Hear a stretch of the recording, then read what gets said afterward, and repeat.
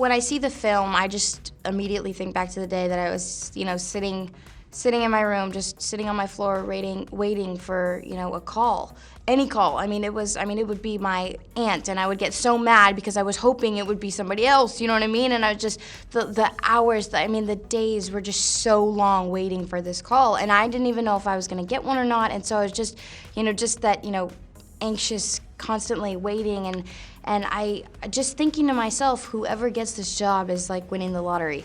So how does it feel like looking back and like seeing you talk like that and like being just so freaking excited?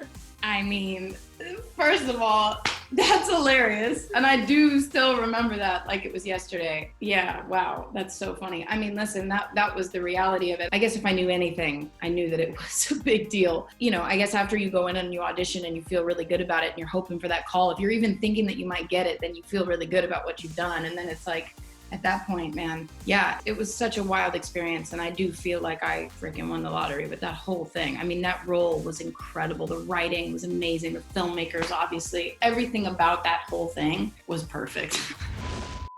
I don't know if you know this, but this year marks the 10-year anniversary of True Grit. Oh my God, that's crazy. Yeah, December. 10 years? Isn't that wild? Wow, that's crazy. What do you remember most about that time in your life?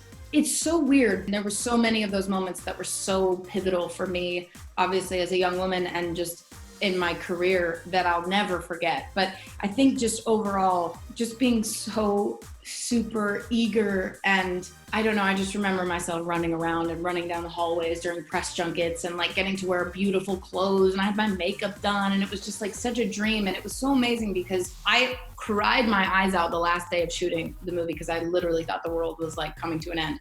And both Jeff Bridges and Matt Damon looked at me and they were like totally kind of like laughing under their breath, but they were like, kid, it's just the beginning. Meaning like at that point I was like, they were like, we're gonna see so much of you, you're gonna be sick of us. And I was like, I'm never gonna see you again. What do I do tomorrow morning when I don't have a call time? It was just such an amazing experience, and I had the most amazing people around me the whole time, so. Yeah. Do you still keep in touch with them at all, with Jeff or with Matt? Yeah, I will. Emails are exchanged, and Josh and I actually don't live too far from each other, so we'll run into each other every now and then. They're amazing, those guys. Any piece of advice that any of those guys on that set gave you that you still to this day hold dear to your heart? Oh man, yeah. There were so many, just being in their presence, I learned so much, and I still do to this day. If I'm on set, I'll find myself doing something or another that reminds me of them, and I know that I'm doing it because I learned it from them. And I guess I couldn't have dreamt of a better place to start. But one thing that I almost want to say all of them told me on separate occasions was to have fun and not take life too seriously. And that's, something that obviously is, it's a very simple piece of advice, but it's so true and it's so important. And I think that their point in saying that was, at that point in my life, I'd never been on a movie set like that before. I didn't know what was coming. And I guess just hearing that and knowing and seeing how much fun they would have coming to work every single day, doing the best work and making the best art they possibly could. After that, they'd go home to their families, they'd come back and do it all over again. And it was just so amazing to see how wonderful and kind and positive and professional they were constantly. And they have fun, I will tell you that.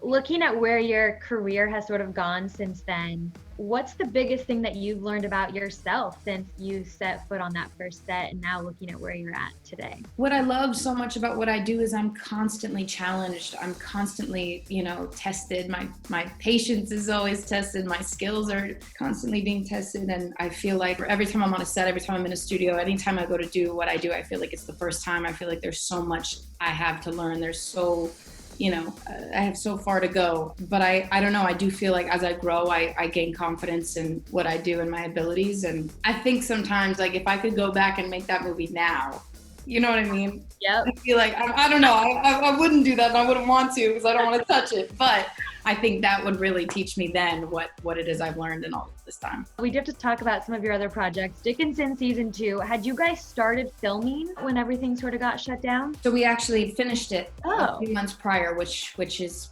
great. So fun. Just to, that was my first experience in the TV space, and not much time had gone between the shooting of season 1 and 2. So we kind of picked up right where we left off, and just, I don't know, it was just an amazing, experience to be able to do that. I didn't feel like I'd had the chance to do that before. So I have an amazing cast and crew, and we just really went in on season 2. So I'm excited for people to see it. What should we look forward to about season 2? I know there's like new cast members. The show it's pretty wild. There's a lot of twists and turns. There's a lot of unexpected, and there's just a hell of a lot more of that in season 2. So I'm excited to see it all come together myself. And yeah, I'm just, looking forward to it. So we'll see. A lot of craziness. Do you think it'll come out like on the timeline it was supposed to come out, or is the post-production of it, are there holdups on that end? As far as I'm aware, I believe everything's on track. But everything changes daily. So Do you know the date? I don't know an actual official date. Okay.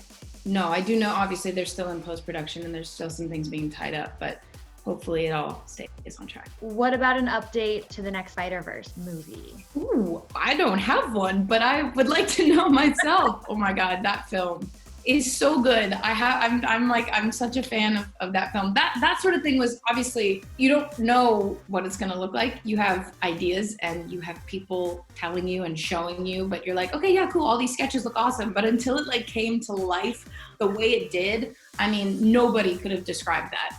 It was so special. But anyway, no update as far as I know, but maybe I should figure that out. What would you like to see next for Spider-Gwen? Is there anything that you have in mind? Oh man, I'm not specifically. I think if you know her, you know she's capable of the world. So I think those storylines are almost endless. Is the female-centric spin-off being talked about at all? Not that I know of. I mean, I am not in the know with these things. It's funny because I feel like this is the time to figure it all out. But I do think obviously everything has kind of been slightly put on hold. So there hasn't been much that I've heard lately. Okay.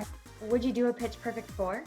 Yeah. I mean, yeah, that first movie, okay, I remember distinctly watching that thing in the theater and afterwards talking to my mom being like, if there's ever, that's the kind of movie I want to make. Everybody always asks me, what's the kind of movie? That's the one. And then when I heard that there was a sequel, I was like, what can I do? And then, yeah, to be a part of that as a fan of the franchise was just so, I still can't believe it. How do we make that happen? We need to send a petition. Can you do that? I can. That's your job during quarantine. Okay.